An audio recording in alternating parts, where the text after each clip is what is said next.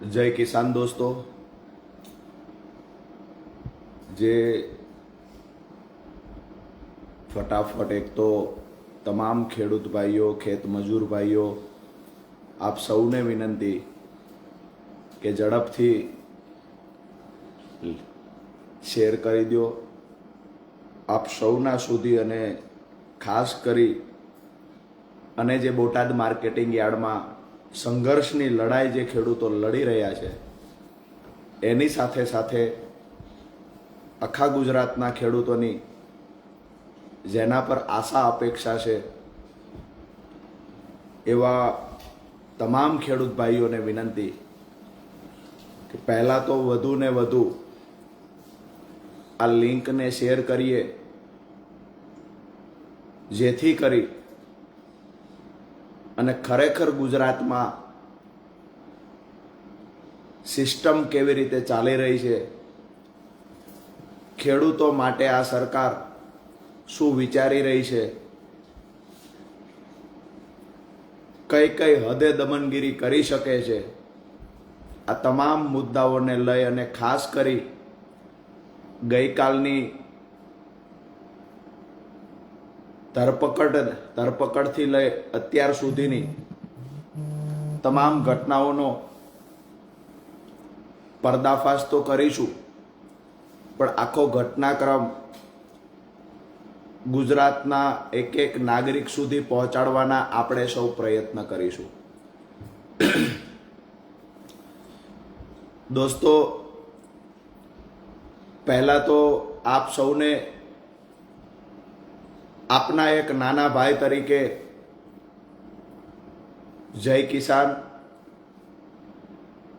આપ સૌએ ગઈકાલ સવારથી લઈ આજ દિવસ સુધી, અત્યાર સુધી જે ઉતાર ચઢાવનો ઘટનાક્રમ ઘટ્યો એમાં આપ સૌએ જે મને પ્રેમ આપ્યો આ અદ્ભુત હતો. મેં ક્યારેય મારા જીવનમાં એક 35 વર્ષના યુવાનને આટલો પ્રેમ કોઈ ખેડૂત કરે આવું મેં મારા જીવનમાં ક્યારેય નથી જોયું. પહેલા તો બોટાદ જિલ્લાના, બોટાદ આસપાસમાંથી જે ખેડૂતો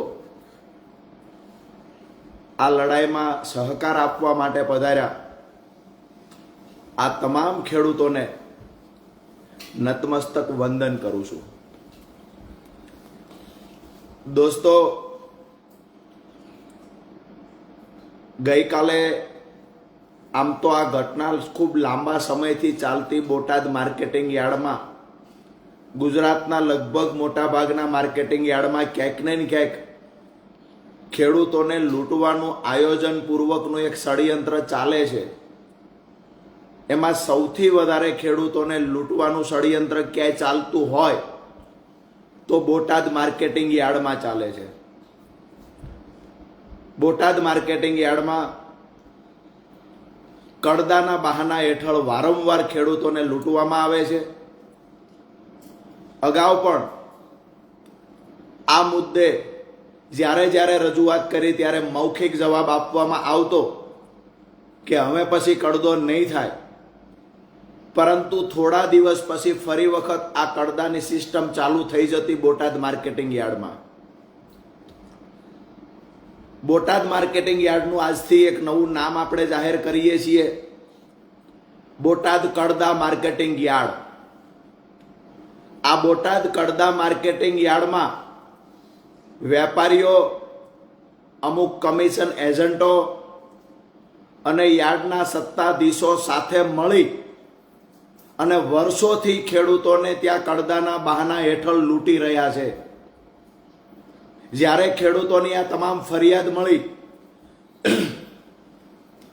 આ ફરિયાદ આવતા સ્વાભાવિક છે કે ખેડૂતના દીકરા તરીકે, અને જ્યારે સમગ્ર ગુજરાતના ખેડૂત એક ખેડૂત આગેવાન તરીકે રાજુ કરપડાને જાણતા હોય, ત્યારે મારી નૈતિક જવાબદારી બને કે આ મુદ્દાને ઉજાગર કરવો, આ મુદ્દાને લઈને બોલવું, આ મુદ્દાને લઈને લડવું. તો હું બોટાદ માર્કેટિંગ યાર્ડમાં 10/10/2025 સવારે 10 કલાકે રજૂઆત કરવા જાય છે એવી મેં જાહેરાત કરેલી, જે જાહેરાતના અનુસંધાને હજારોની સંખ્યામાં ખેડૂતો આક્રોશ સાથે રજૂઆત કરવા આવ્યા. માર્કેટિંગ યાર્ડના ચેરમેનને અમે બોલાવ્યા.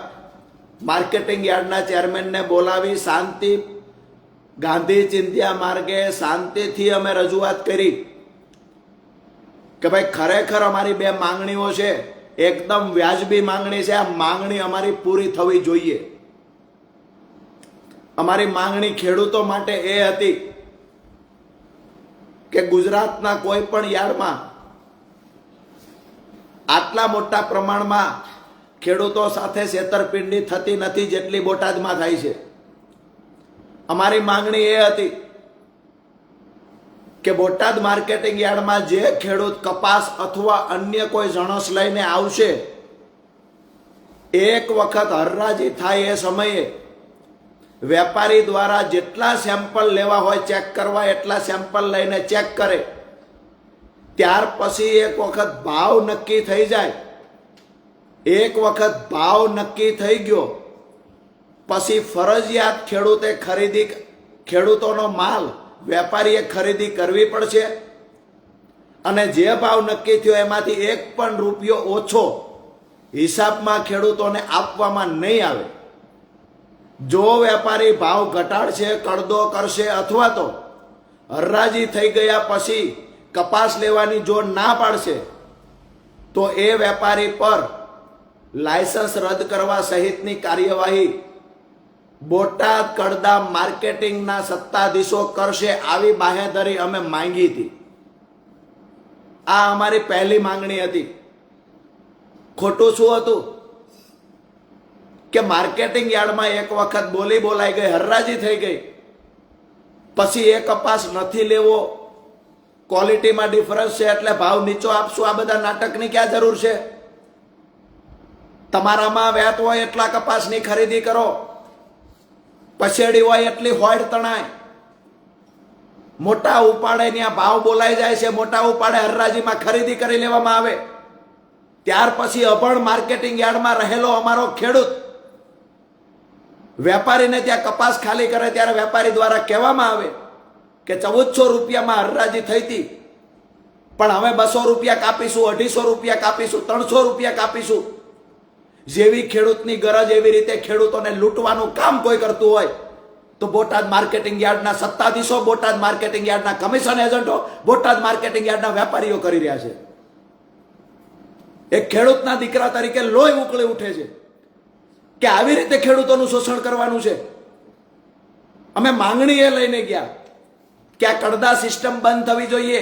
માર્કેટિંગ યાર્ડનો ચેરમેન મીડિયા સામે આવીને કહે છે કે અમે કડદો બંધ કરી દીધો છે. તો અમે કહ્યું કે ભાઈ લેખિતમાં આપો, કડદો બંધ કર્યો હોય તો. હવે પછી કડદો નહીં થાય, લેખિતમાં બાહેધરી આપો. આ બાહેધરી આપવામાં નથી આવતી. અમારી બીજી માંગણી હતી કે બોટાદ કડદા માર્કેટિંગ યાર્ડની અંદર જે ખેડૂત પોતાનો કપાસ અથવા અન્ય જણસ લઈને આવે, હરરાજી થઈ ગયા પછી આ ખેડૂત પોતાના ખર્ચે કોઈ વેપારીના ગોડાઉન સુધી કે જીન સુધી કપાસ નાખવા નહીં જાય.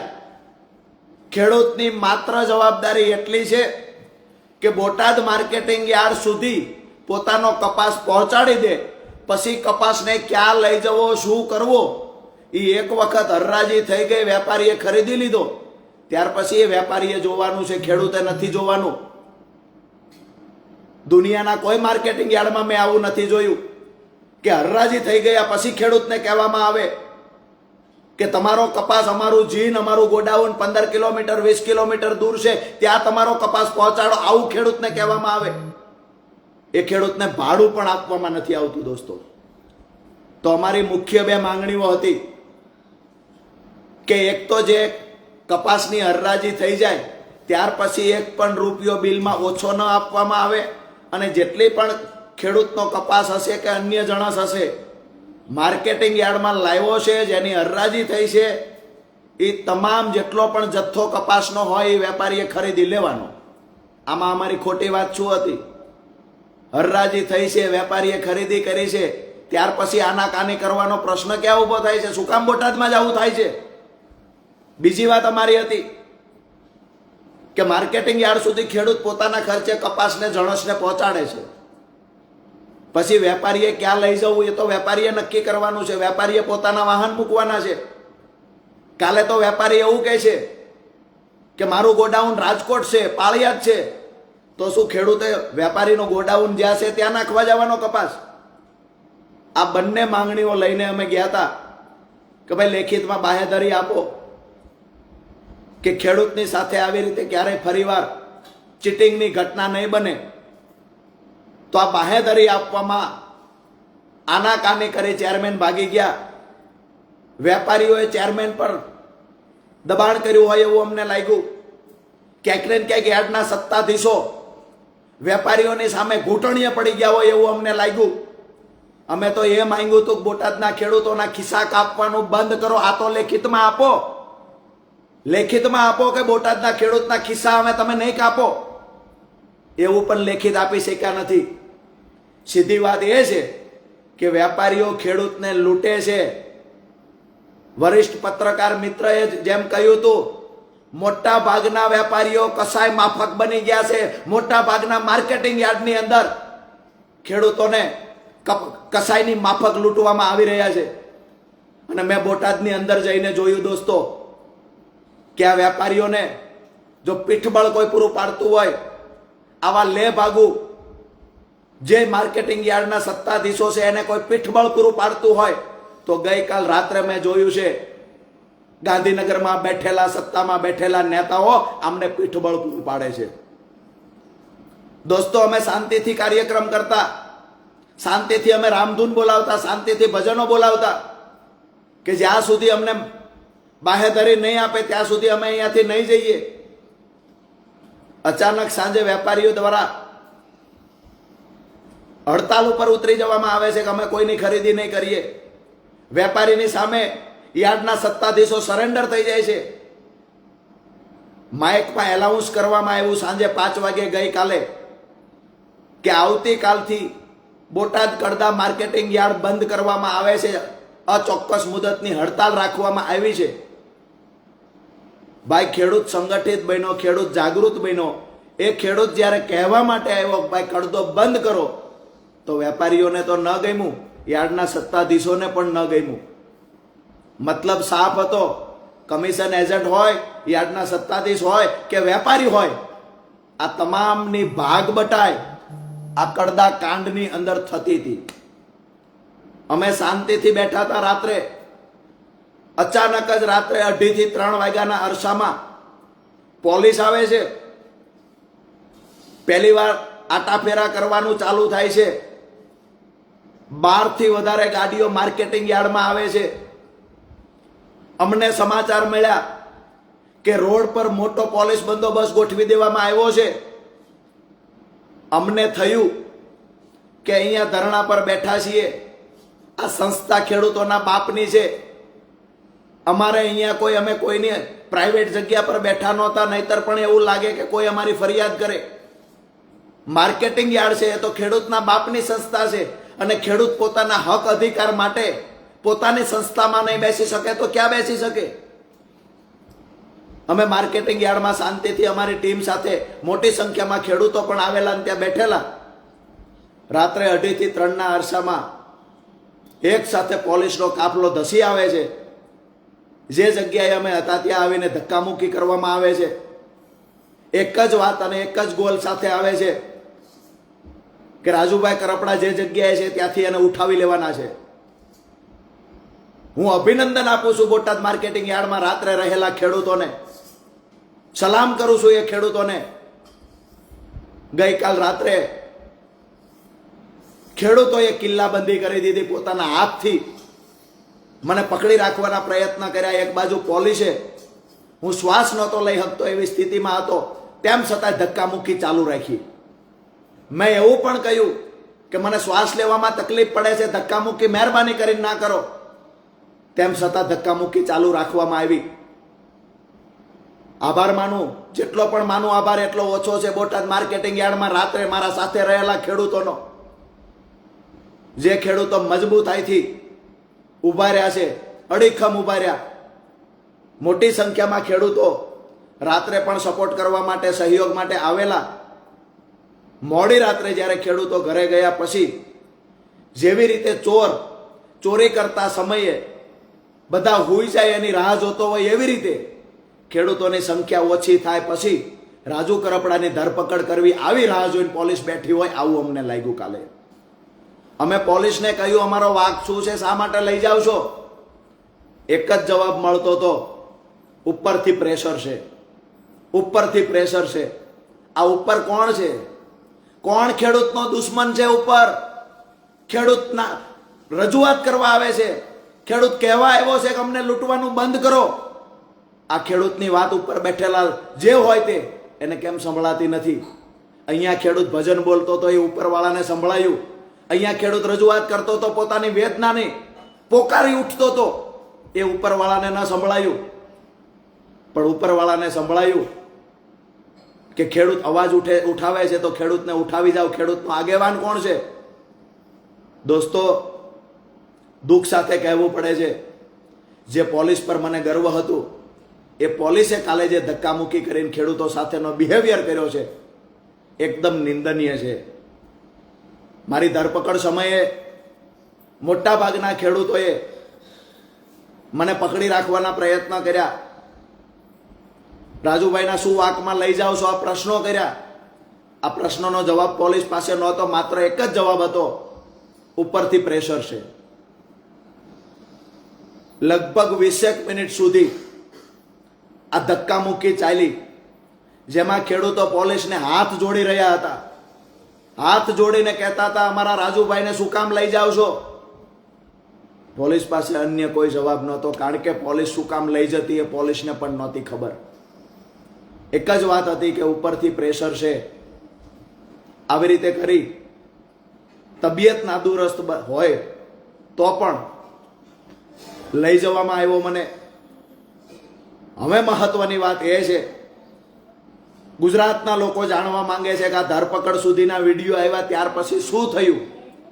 આજે પણ બોટાદ યાર્ડની અંદર બેઠેલા મારા રાત્રિના સાથી મિત્રો, ગઈકાલ દિવસે મારી સાથે રહેલા મિત્રો આજે પણ બોટાદ માર્કેટિંગ યાર્ડમાં બેઠા છે, ડંકાની ચોટ પર બેઠા છે.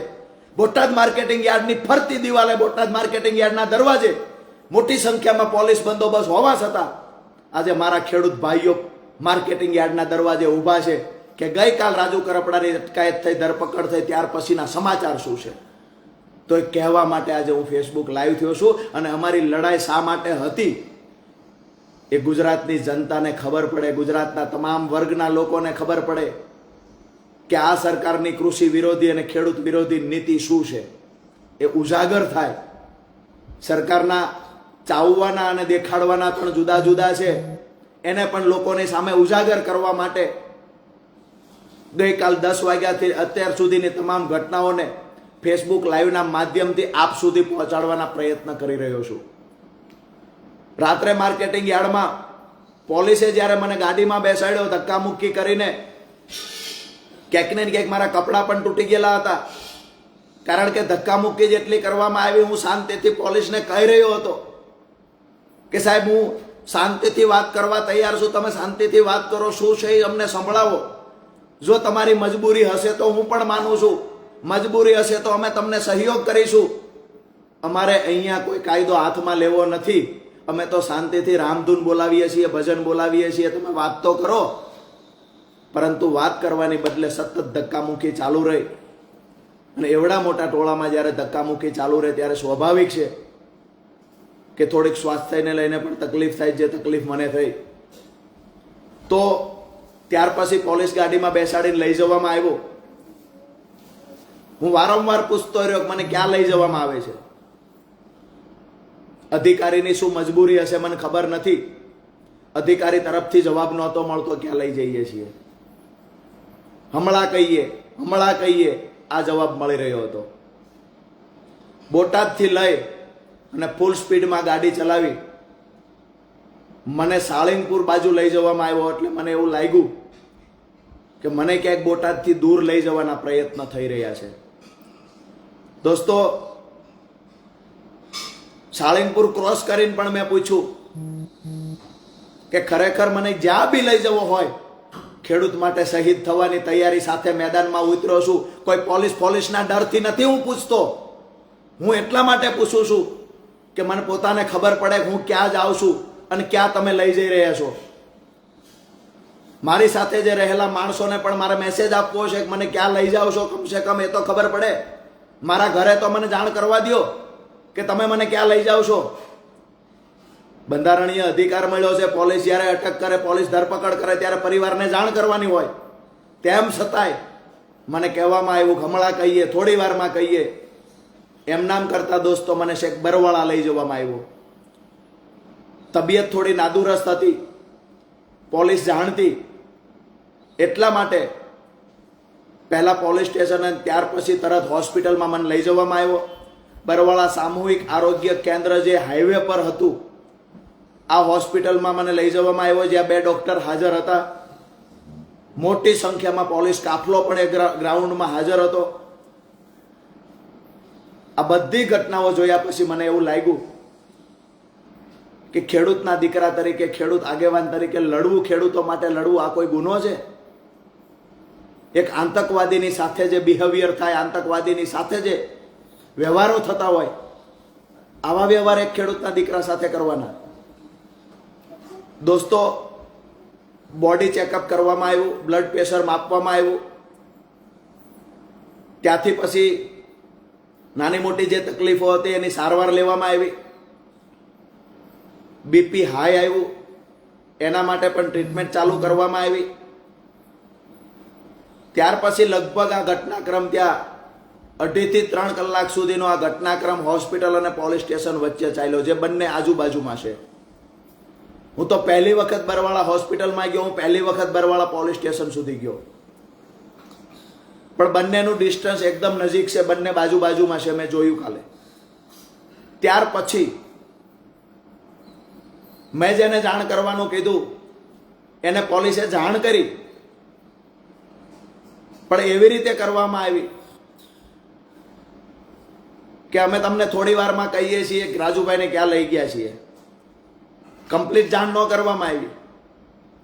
ત્યારબાદ મને કહેવામાં આવ્યું કે તમને અહીંયાથી બોટાદની હદ બહાર મૂકવાના છે.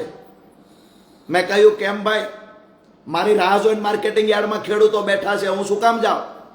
મેં એવું તો ગુનાહિત કૃત્ય શું કર્યું છે તો હું બોટાદની હદ છોડીને જતો રહું? પોલીસ દ્વારા મારી વાત કોઈ રીતે માનવામાં ન આવી અને 2 પોલીસની ગાડીઓ સાથે, ફૂલ પોલીસ બંદોબસ્ત સાથે પહેલા મને કહેવામાં આવ્યું કે તમને પોરબંદર લઈ જઈએ છીએ. મેં સતત મારી વાત ચાલુ રાખી કે ભાઈ આ ખોટું થાય છે. ત્યારબાદ મને ખબર પડી કે મને સુરેન્દ્રનગર બાજુ લઈ જાય છે રોડ જોઈને. પોલીસ બંદોબસ્ત વચ્ચે લગભગ 1 વાગ્યા આજુબાજુ મને સુરેન્દ્રનગર પહોંચાડવામાં આવ્યો. સુરેન્દ્રનગર પહોંચાડ્યા પછી મને સખત શબ્દોમાં એવું કહેવામાં આવ્યું કે તમને કોઈ પણ સંજોગે બોટાદમાં અમે પ્રવેશ કરવા દેવાના નથી. તમારી જે મહાપંચાયત રવિવારની છે એ અમે કોઈ સંજોગે થવા દેવાના નથી. તમારા ઘર સુધી અમે પહોંચાડી દઈએ છીએ. તમારા ઘરની બહાર નીકળતાની સાથે ચાપતો પોલીસનો બંદોબસ્ત હશે. પોલીસની નજર નીચે જ તમને રાખવામાં આવશે. દોસ્તો, એક ખેડૂતના દીકરા તરીકે આનાથી દર્દનાક બીજી કોઈ ઘટના કઈ હોઈ શકે કે મારા ખેડૂત પરિવાર માટે હું લડવા ગયો, ત્યાંથી મને ધક્કામુક્કી કરીને પોલીસ સ્ટેશન લઈ ગયા. પોલીસ સ્ટેશનથી બંદોબસ્ત સાથે સુરેન્દ્રનગર પહોંચાડ્યો. સુરેન્દ્રનગર પણ હું અહીંયા ઘરની બહાર નીકળું અને તરત જ અટકાયત કરી લઈશું એવી ધમકીઓ આપવામાં આવી. અહીંયા ઘરની બહાર સતત સિવિલ ડ્રેસમાં પોલીસની અવર જવર, હું ઘરે આવ્યો ત્યારે 1 કલાકથી ચાલુ હોય, સતત અવર જવર ચાલુ છે. મને એ થાય છે કે મેં ગુનો શું કર્યો છે?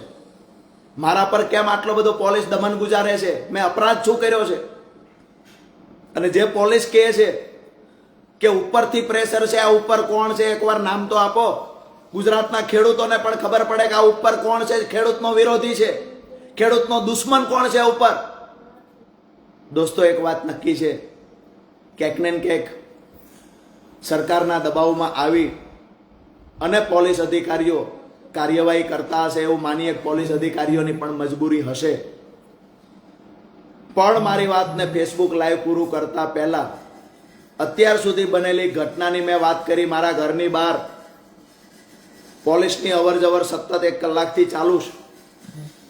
મને ખુલ્લીને કહેવામાં આવ્યું છે બોટાદ પોલીસ દ્વારા કે જેવા બહાર નીકળશો એવા તમારી અટકાયત ફરીવાર કરી લેવાની છે. પોલીસની અટકાયતથી ડરતા નથી, ધરપકડથી ડરતા નથી, પોલીસ કેસ કરશે જુઠ્ઠા એનાથી ડરતા નથી અમે. મહત્વની વાત એ છે કે અમારો કોઈ અપરાધ નથી, કોઈ ગુનો નથી, તેમ છતાં ગુજરાત પોલીસ અમારા પર દમન શા માટે ગુજારે છે? ગુજરાત પોલીસ, બોટાદ પોલીસ, જે બોટાદ માર્કેટિંગ યાર્ડમાં વેપારીઓ લૂંટી રહ્યા છે ખેડૂતને, એના પર કાર્યવાહી નથી કરી શકતા. શું નમાલી છે પોલીસ? નમાલી સરકાર છે કે વેપારીઓ બેફામ લૂંટે ખેડૂતને, કાર્યવાહી ખેડૂતની રજૂઆત આવવા છતાં વેપારી પર કાર્યવાહી નથી કરી શકતા. અને એક ખેડૂતો માટે 35 વર્ષનો યુવાન લડવા નીકળ્યો, તે યુવાનનો અવાજ દબાવવાના પ્રયત્ન થઈ રહ્યા છે. દોસ્તો, ગમે એટલી કિલ્લેબંધી પોલીસ કરે, બોટાદ માર્કેટિંગ યાર્ડમાં બેઠેલા ખેડૂત ભાઈઓ, આજુબાજુમાં રહેલા ખેડૂત ભાઈઓ અને તમામ ગુજરાતના સૌરાષ્ટ્રના ખેડૂત ભાઈઓને એક વાત કરવા માટે આજે ફેસબુક લાઈવ થયો છું. સમગ્ર ઘટનાને લઈને ચર્ચા કરી. હવે એક બીજી મહત્વની વાત કે અહીંયા ઘરની બહાર પોલીસને જેટલા આટા ફેરા કરવા હોય એટલા કરે. આવતીકાલે મારા ખેડૂતોના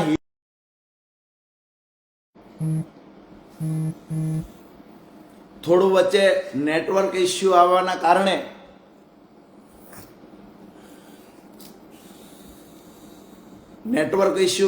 વચ્ચે અવાજ જતો રહ્યો મારો. આવતીકાલે ખેડૂત મહાપંચાયત બોટાદમાં થશે, ડંકાની ચોટ પર થશે. જેટલો પણ અવાજ દબાવવાનો પ્રયત્ન પોલીસ કરશે, બમણી તાકાતથી રાજુ કરપડા ફરી એક વખત બોટાદ ખાતે ખેડૂતોની લડાઈને, ખેડૂતોના અવાજને બુલંદ બનાવવા માટે રાજુ કરપડા ફરી આવતીકાલ બોટાદ આવશે. આજે હું જોઉં છું ક્યાં સુધી પોલીસ મને રોકવાના પ્રયત્ન કરે છે. મારી વાત સાફ છે, જ્યાં સુધી કડદો બંધ નહીં થાય ત્યાં સુધી અમારી લડાઈ સતત ચાલુ રહેશે. આવતીકાલે ઈસુદાનભાઈ ગઢવી, પ્રવીણ રામ સહિતના નેતાઓ બોટાદ આવી રહ્યા છે. અત્યારથી જ હું અન્નનો ત્યાગ કરી અને અહીંયા મારા ઘર પર જ્યારે પોલીસ ઘરની બહાર સતત ચાપતી નજર રાખીને બેઠી છે, મને ઘરની બહાર નીકળવા દેવામાં નથી આવતો, બોટાદ પહોંચવા દેવામાં નથી આવતો, ત્યારે મારી પાસે ગાંધી ચિંધ્યા માર્ગે એક જ હથિયાર છે દોસ્તો. ભગવાનની સાક્ષીએ અત્યારથી આવતીકાલ મહાપંચાયત થાય ત્યાં સુધી હું રાજુ કરપડા આ જુલ્મી અહંકારી અંગ્રેજોની ઓલાદની માફક જુલમ કરી રહેલી સરકારની સામે અન્નનો ત્યાગ કરવાની પ્રતિજ્ઞા લઉં છું દોસ્તો.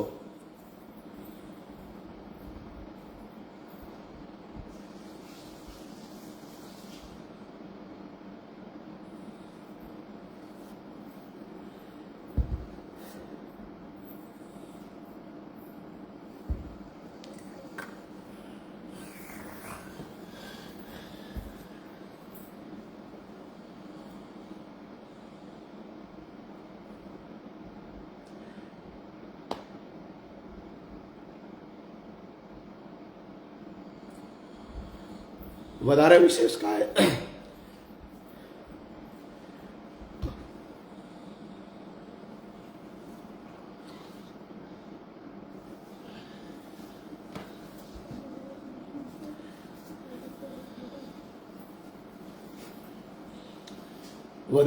અમે કાંઈ નથી કહેતો, પણ ખેડૂતો માટે લડવા નીકળ્યા છીએ. જ્યાં સુધી પરિણામ નહીં મળે ત્યાં સુધી આ લડાઈ ચાલુ રાખશું. આપણે વચ્ચેથી રજા લઉં છું. જય કિસાન દોસ્તો.